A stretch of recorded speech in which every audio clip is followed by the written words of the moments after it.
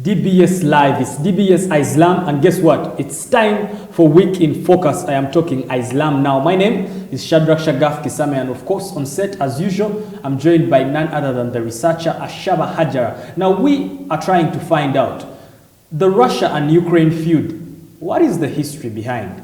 What's happening? Is there a light at the end of the tunnel? Or are we going to see Putin go arms? All that in tonight's Week in Focus. And also, in Uganda, there's something brewing slowly but steadily. Will it create a huge difference between the Muslims?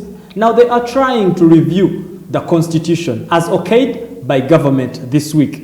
All that in this week's Week in Focus. But for Mali, they actually expelled the ambassador and also the army of France from their country.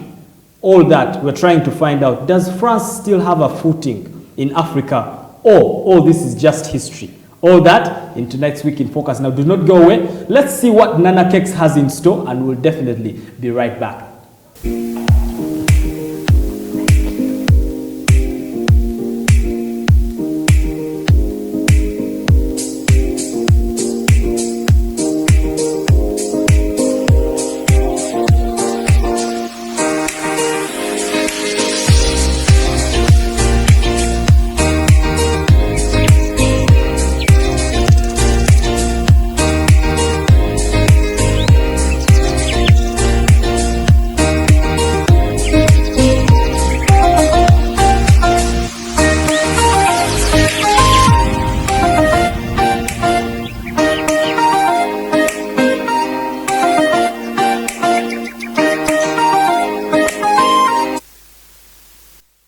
Right, now Nana Kex right there is telling you that their offers are still valid. All you need to do is place your order and they'll definitely be able to deliver. Or all you can do is walk up to Salama Road here in Munyonyo at the .NET Hub. The shop is open and they're saying this year they are bigger and better. But for you who is there and you're wondering what's happening with Uganda, there are two sides of the coin. Others are saying no, tojikwatako. Others are actually saying we need to review the constitution. And guess what? Government has okayed it.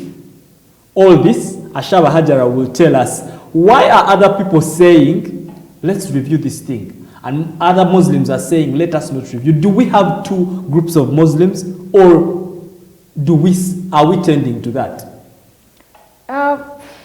We do not, okay.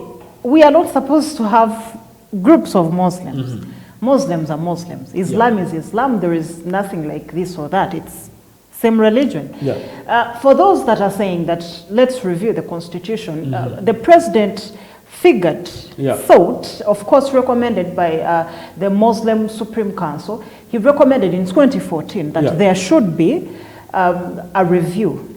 So he put up a committee headed by Professor Tassis Kabwejere, and he ordered that they should find out if a constitutional review for the Muslim constitution is essential or it is not. Right. Just like any other organization in this country, Muslims also have a constitution. To have an organization running, whether it's a religion or otherwise in this country, you need to have a constitution. That's why we are talking constitution. It doesn't trump the national constitution, the one of 1995, but it is there. It runs the activities of the Muslims.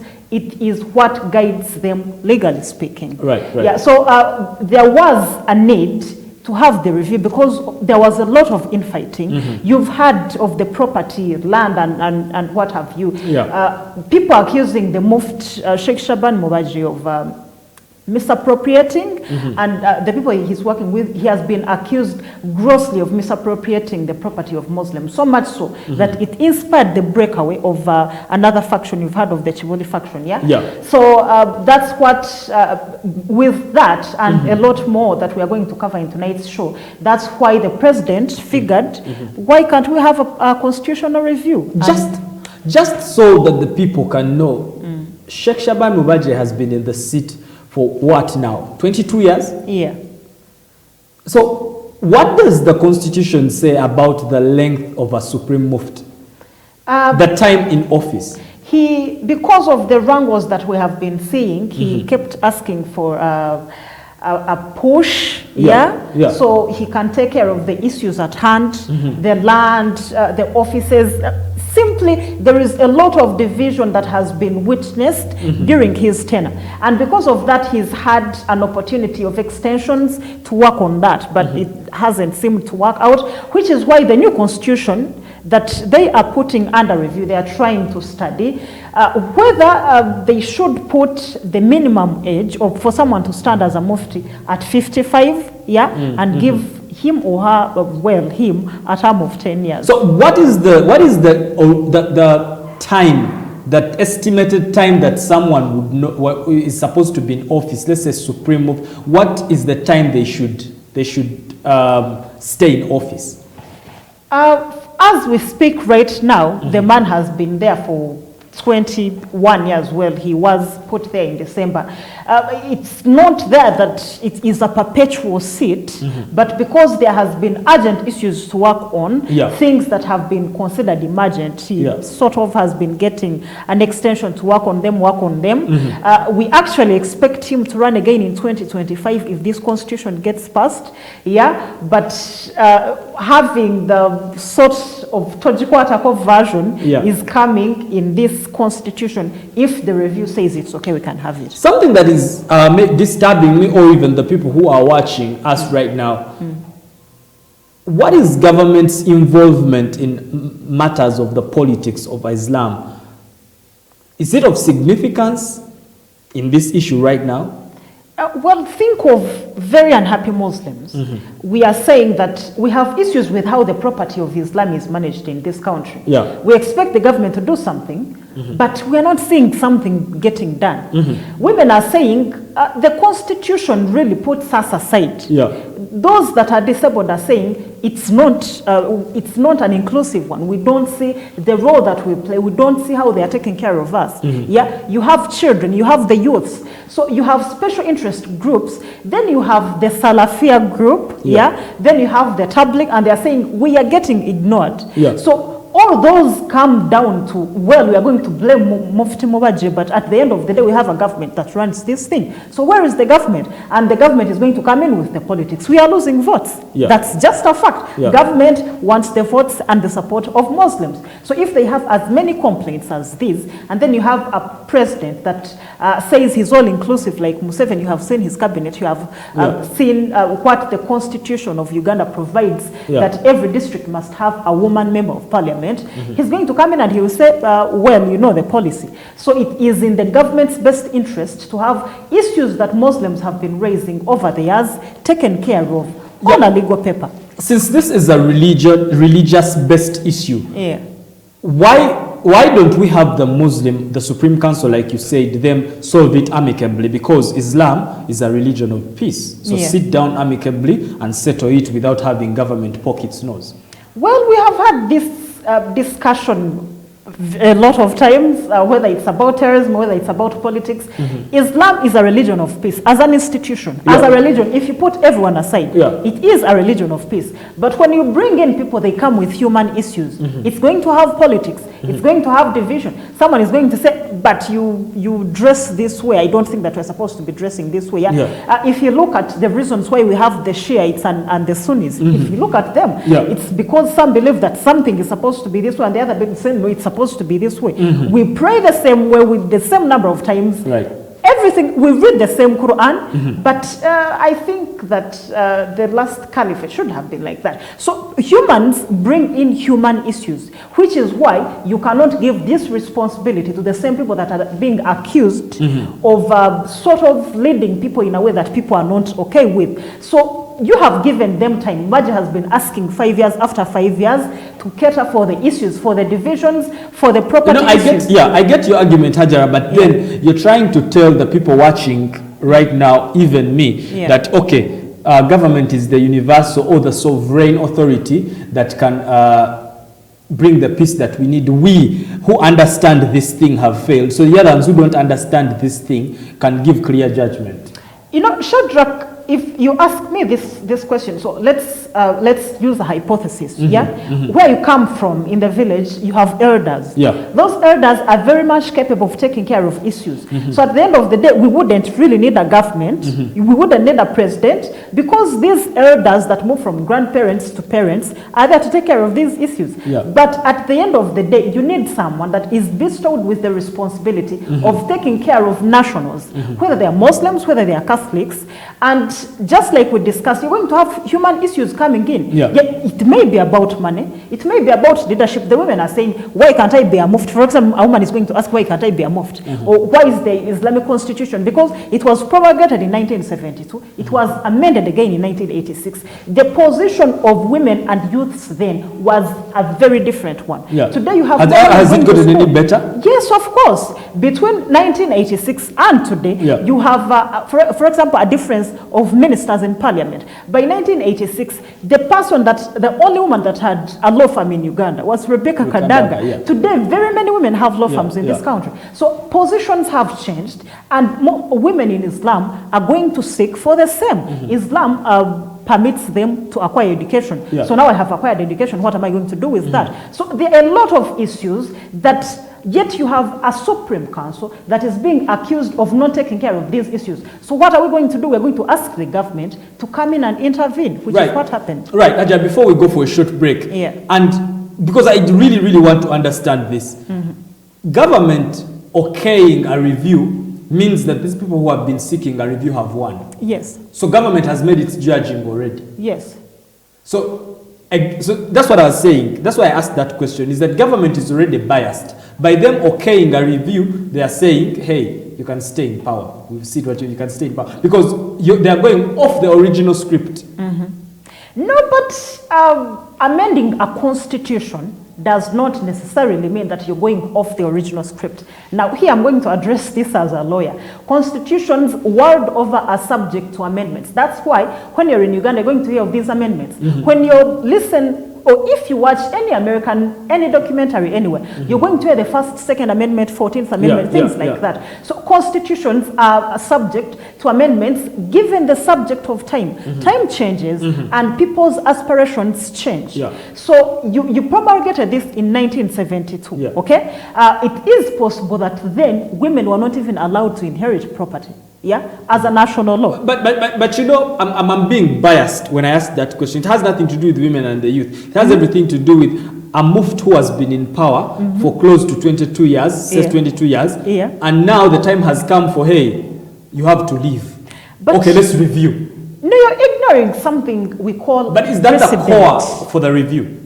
No. What is the core for the review? The core for the review is the infighting. Because of a lot of the fights that were happening. As a result of, like you always tell me here on Wiki Podcast, problem of African leaders is that they overstay in power. So we are seeing it at a micro level. No, but you see, what sparked off the need for this is not because Mubarak had stayed in power for 14 years. No, it is because there were issues with, for example, land. You're going to hear that Muslims are fighting over a certain land somewhere. And you're going to hear Mubarak say that the people that are in possession of this property are not saying anything, or they're acting like they are not. Hajara, this is the final question I'm asking you on this matter. Government okaying a review has made Team A win, Team B lose. Yeah, but you see, okay, consider this like you going to court, okay? A judge is an unbiased person to the extent that they tell you that if you think you have a conflict of interest, if you know someone, or in one way or another, whether in support or against, and they come to court, recuse yourself. We call it recusing in law. Say, I have a conflict of interest. I am getting off this case, someone else take over. So we are assuming that when you go to court, you're going to get an unbiased judge. In this case, the government. Group A is saying this. Group B is saying this. Is government neutral? You cannot be neutral when you're the judge. That's what I'm trying to explain. I'm saying that people have come to you, there are two sides. You have to weigh and see who has legitimate issues and who is just making noise. So government has already judged. They've seen who has legitimate issues and they've decided to okay a review. Yes, government has a responsibility of taking care of citizens and their property, Muslim or otherwise. So government sat, looked at this, and they said a review is necessary. You cannot be neutral in a case. It just doesn't work that way. Eventually, when you weigh the evidence that is accorded to you, you judge. You have to give a judgment. And whether it comes off as taking a side or not, it's picking the right thing. And I think a constitutional review is the right thing. All right, now, like I told you, in Uganda, something very silent, very smooth is happening. But who knows? It might end up in hailstorms, like the whites say, because it is brewing up really, really smooth. But let's go for a short break. When we return, we dive deep into Russia and Ukraine.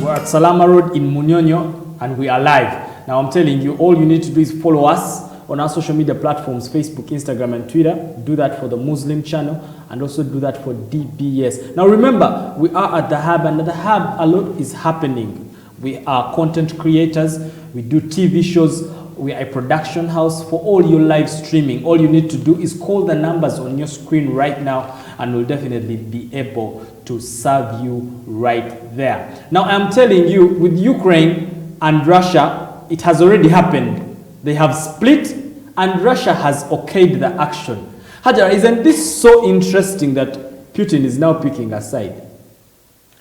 Putin has always picked a side. For a leader, a president like Putin, with the kind of power that Russia possesses, they belong to a side. They have a side anytime, anywhere.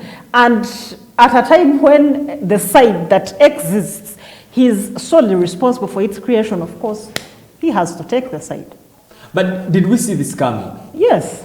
You did not see the very last show that we had here. I told you that I wasn't seeing a possibility of a conventional war.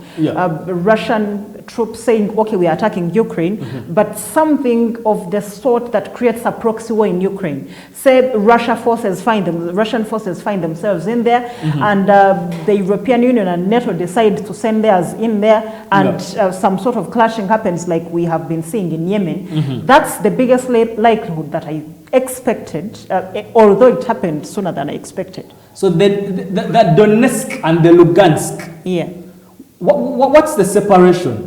Explain to us what's happening. In 2014, there happened a dethronement of a pro-Russian president in Ukraine. That was sponsored by the United States. So when you have a position, Russia is a nuclear state. It's a pretty big, it has a huge landmass. Russia is one of the largest countries in the world. And then if you have as much power as you have, as much history as Russia has, you have interests to protect. If you have heard of the Cold War, it was with USSR, which is Russia on one hand, and the United States, and a few Western allies on the other. So you do have them being on opposite sides for decades. So now it's not happening for the first time. Oh no, this is not happening for the first time. Ukraine has been part of Russia before, which is why Putin keeps saying that Ukrainians are supposed to be Russian. I am telling you. So what is Biden's position? We've seen sanctions already. Yes, I have seen the United States saying that they're unleashing the mother of all sanctions. They are sanctioning 2 Russian financial institutions and the Russian elite. They are stopping them from trading with Americans. They are freezing Russian assets in the United States.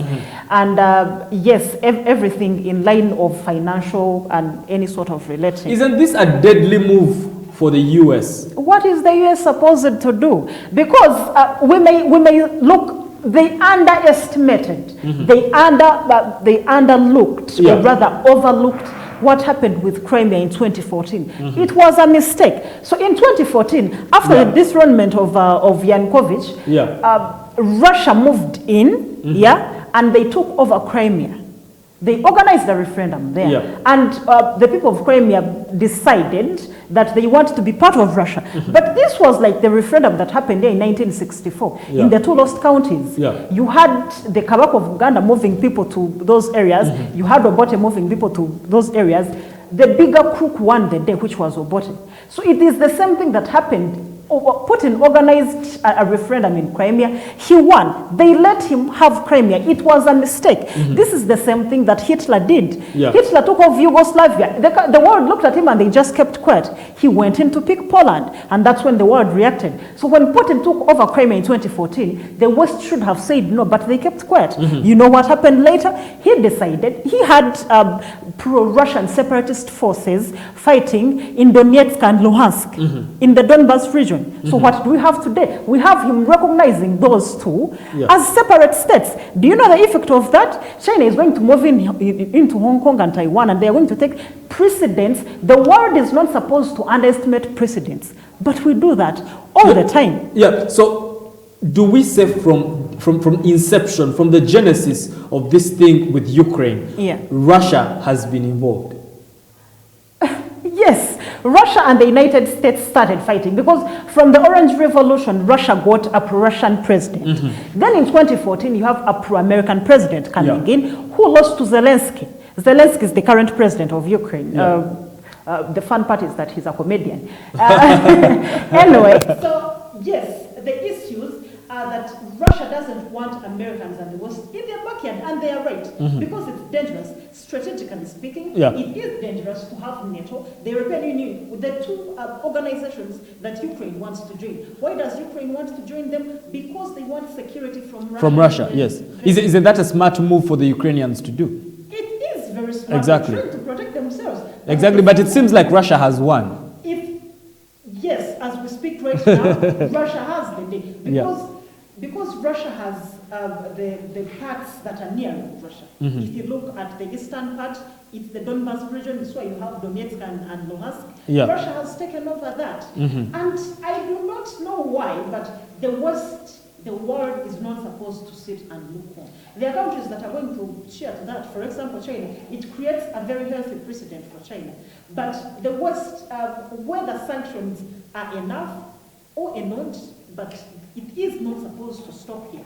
I am telling you. So then why do we see Biden, does he get what he wants to get by sanctioning Russia? Is Russia going to stop because of these two sanctions? The action, not just two sanctions, because Germany, the German chancellor, has said that they are pulling out of the Nord Stream 2 pipeline. That's the pipeline that was supposed to help get the Russian gas to Europe. Yeah. So it was very paramount. It's what I was banking on, that Europe would think twice before sanctioning Russia. I bet Putin was thinking that with the Nord Stream 2 pipeline in works, Europe, because of the gas and the fuel, they may think twice before Germany deciding to pull out of that. Yeah. But the German chancellor has announced that they are going to pull out. So this conflict then, what is its significance to the rest of the world? Shall we see any alterations? Okay, first of all, you know how we are buying fuel at 5,100? Yeah. When there has not been any conflict in the world? Yes. By the time we went to bed yesterday, yeah, a barrel of crude oil was almost $100. It was swinging between 98 and 100 US dollars.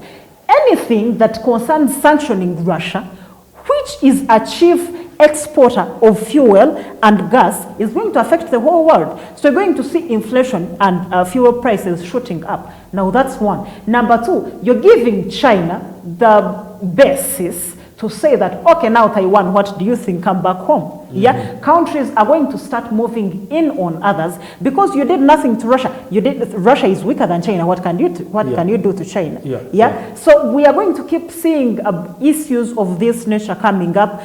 You never know, one day you may wake up and South Africa is moving on Lesotho. But the bottom line is that this is an extremely bad precedent for global politics. Right. Yes. So if we micro view it down, what's the effect for that in a country like Uganda? Well, right now, that's like I said, a liter of fuel is at 5,100. How much is above SOP? 6,000. Yeah, 6,000. But nothing has altered the balance like we know it. We have been suffering with the sanctions on countries like Iran, the conflicts in Yemen, because those are countries that produce fuel, yeah? But right now you have Russia, who produces more.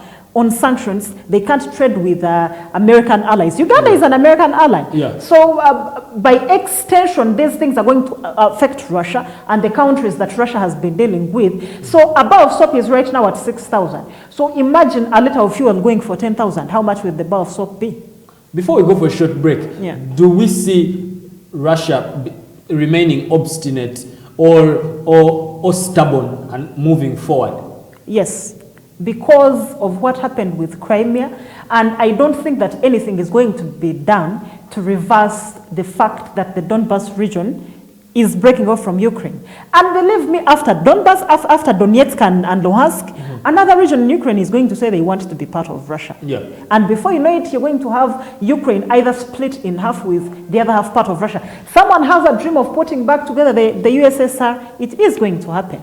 I am telling you. Now, on that note, we actually have less than a month to go for the WCI forum. Now, this is a Turkish forum that has been highly anticipated globally. All you need to do right now, with a few days left, is to reach out to the .NET agency and register, because it is happening in Ankara on the 16th and on the 17th. Do not go away. We're coming back.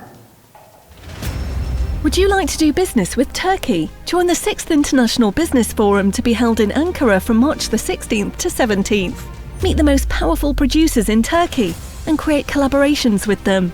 Make agency agreements for representations. Participate in B2B business meetings with companies from various industries such as construction, mining, textiles, food, agriculture, machinery, automotive, fast food and general trade. Book your place in a perfect organisation now. Join the forum to be held in Ankara from March the 16th to 17th, 2022. Our programme is as follows. Business Forum for 2 days. 1 day Belu Abant Nature Tour, Snow Holiday daily. Take advantage of the limited availability to have your place. Submit your application to be part of the amazing programme. The 6th WCI Forum Turkey, the 16th to 17th of March 2022, Ankara. It's actually 20 days left for the forum, highly anticipated. Now, you who wants to collaborate internationally, now we've always said this, all you need to do, your first step is watching DBS live. Your second step is registering with the .NET agency, and your third step is actually reaching out to the WCI forum, and definitely you'll be an international businessman, and specifically with Turkey. It is simple, it is easy, don't complicate it. All you need to do is reach out to the .NET agency. Now, in Mali, these people actually fired the French. They fired, first of all, the ambassador, the troops, and now they are French free. Does France still have momentum in Africa, or it's just history? France used to be one of the superpowers in Africa. Now they don't have a voice. It's just history. It's on what you can call a downward trajectory. We have had France accused of standing by when heinous things were happening. For example, we have had this ongoing that had it not been for France, the Rwandan genocide would have been avoided. Then Why do you say that? I do not say that. They said that. The world has been saying that for years, talking of how they trained the Hutu militia, the ones that turned into the gentlemen that carried out the genocide, if they can be called gentlemen. But yes, France has been blamed because they had intelligence it was going to happen. There are reports that that were released, that were leaked, that they trained Habyarimana's forces, which explains partially why Kagame left and joined the Commonwealth in 2010. You remember that? So that is just one country. Then you have Mali. They accused the sitting president of being a dictator. So imagine if the Malian ambassador had said that in France. So that got the French kicked out. And of course, they always looked on. This whole terrorism, whatnot that has been happening in Mali, they blame it on the French, and they had the Turkish president coming in to say, but the French should not have accused the Islamic State of being terrorists. The French are the terrorists, so that's just one country. Then we have a time, around 2016, when Islamic rebels were moving in on Bangui, the capital city of the Central African Republic. The French knew, the French troops were there. They went on the side, they did not do anything. It is Rwanda that came in later. Rwanda's military power does not even begin to compare to what France can do with their military power. But it is Rwanda that saved the state from being taken over by rebels that were going to impose Islam on the country. Then you talk of Djibouti. France has been completely replaced by China in Djibouti. Now you can accuse them of complacency. You can think it's just a time factor, but yes, the time of France in Africa is just winding itself up. So what does this say about the Western influence on the Sahel Islamic region? Not very good. This is a time when Russia is reclaiming former parts of the Soviet Union, piece by piece, and there is nothing you can do other than sanction them. China is too powerful. You can't start a war with China. For God's sake, you can't even stop North Korea from manufacturing nuclear weapons. So I think that 1945 is a long time ago, that the West doesn't know how to handle people that are foes anymore. So you have countries like France, it was complacent. There is nothing else you can say, because if you have injustices that are about to occur, as a country is supposed to sweep in, as a country that is running the affairs of that state, because face it, imperial powers still run things here.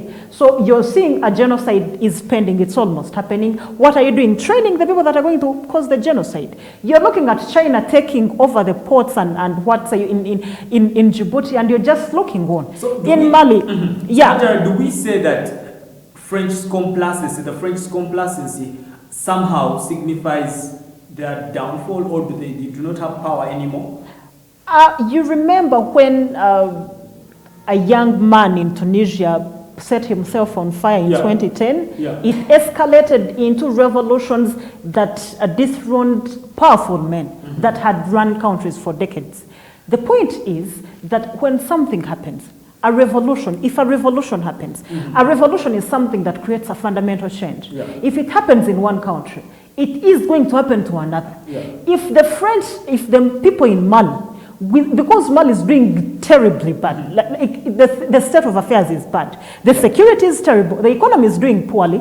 So if Malians can say, all right, France out, it means that Niger is going to do the same thing. It means that Burkina Faso at some point is going to do the same thing. Then it means that eventually countries are going to start moving on states like the United States and England. Yeah, Anglophone countries are also going to start saying, all right, now we saw what happened in Mali, we saw what happened with the neighbor. I think you too can go and nothing will happen to us. Yeah. And then you have Russia has started coming into Africa. Turkey has started coming into Africa, both with their military and economic ambitions. Yeah. Same with Russia. Yeah. Do we see the Turks having military ambitions, or it's just economics? Hey, man. You cannot underestimate power's military, the Turkish military power, and you cannot underestimate the ambitions that Recep Tayyip Erdogan has. Yeah. Like, you cannot underestimate the man. Very vocal, yes. Yes. So if you have Malians moving in on France, it's possible that Turkey has actually moved in, because Russia cannot move in entirely. And Turkey has been around with the trade for quite some time. We've discussed this before, for centuries, for decades. Yeah. So yes, Turkey is going to move in. Yeah. Yeah.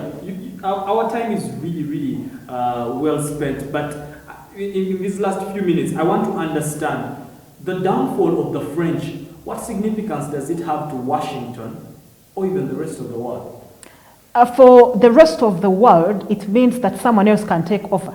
Because mentally speaking, we are not at a point. We do not have the mindsets that are supposed to be rebellious and run our states. Yeah. We still go in for more loans. If you're to look at, for example, Uganda, we have been taking in more loans. The country's debt has tripled in just less than 2 decades. Yeah. So you have leaders, you have presidents that cannot rely on the support of the people. And for that matter, they need to have power. They need the guns, they need the money to be able to run the state of affairs in their states. Like ours here, like Museveni. Is this affiliation of presidents to superpowers important? Yes. Leave economics out of it, that the country needs tons of money to foot their budget and everything. But political, do they need affiliations to superpowers? What's the threat?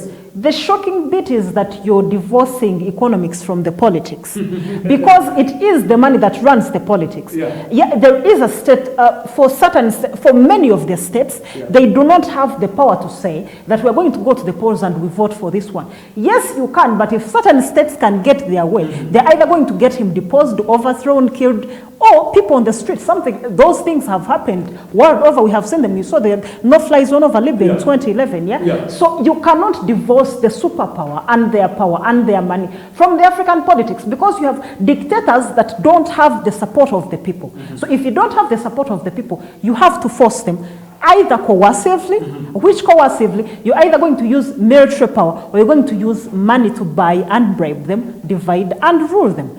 Either way, you're going to need money, which you cannot produce basing on the current level of economics that we are. So you have to take in grants and loans. Eventually, you owe someone something. Even to come to power, you have seen our leading opposition president, Mr. Chagulanyi, addressing the European Parliament. Why do you think he's there? He's there to beg them, to sanction them, to find a way of getting rid of Museveni. So if he becomes a president, he will be in debt for those people. So that's how, at the end of the day, we get presidents in Africa and Latin America and some parts of Asia being told what to do, when to do, because someone put you in power, so you have a sense of duty. You owe a sense of duty towards them. Finally, does the Washington care what happens to France? I don't know if Washington cares, but Washington should care, because you have been running the state of affairs in Africa since 1945, since you became a superpower. And then you have been doing that alongside France and Britain.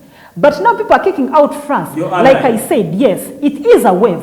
If they kick out France, God forbid, for the Americans, if they wake up one day and Julius Malema is a president, you know you're going. So at the end of the day, this is not happening to France in isolation. And then you have been having people like Museveni leaning towards the east of late, China. We're getting Chinese debts. We are having them constructing dams, airports, roads, the State House. For God's sake, it is China that constructed the headquarters of the European Union, rather the African Union in Addis Ababa. Yeah? So you cannot look at this as a French issue in isolation. It happens the West. It means that the balance of power, as we have known it for over a century now, is getting tilted, and it's tilted to where? To the East. All right, interesting. All right, interesting. Now, I have a minute. What would be your last words to the people who are watching Islam Now? Perhaps I have to call on the Muslims, the Ugandan Muslims. We have a pending constitutional review that was supposed to start on the 22nd. Mm-hmm. It looks at being all-inclusive, taking care of groups like women, children, the youths, people with disabilities, the Salafia and the Tabligh factions, those that identify as Ahmadiyya, those that identify as Sunnis, those that identify as Shiites in this country.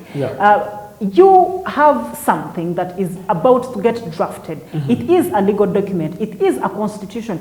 Constitutions are so important that presidents would rather spend a lot of money bribing voters than let them just go. They sit and pretend that a constitution is governing this country. They know they don't need it, but they know it must be there on paper. Constitutions are that important. They govern how activities of a particular group are run. So you're a Muslim, you're out there, they are going to start canvassing the regions, the mosques, the communities, the districts.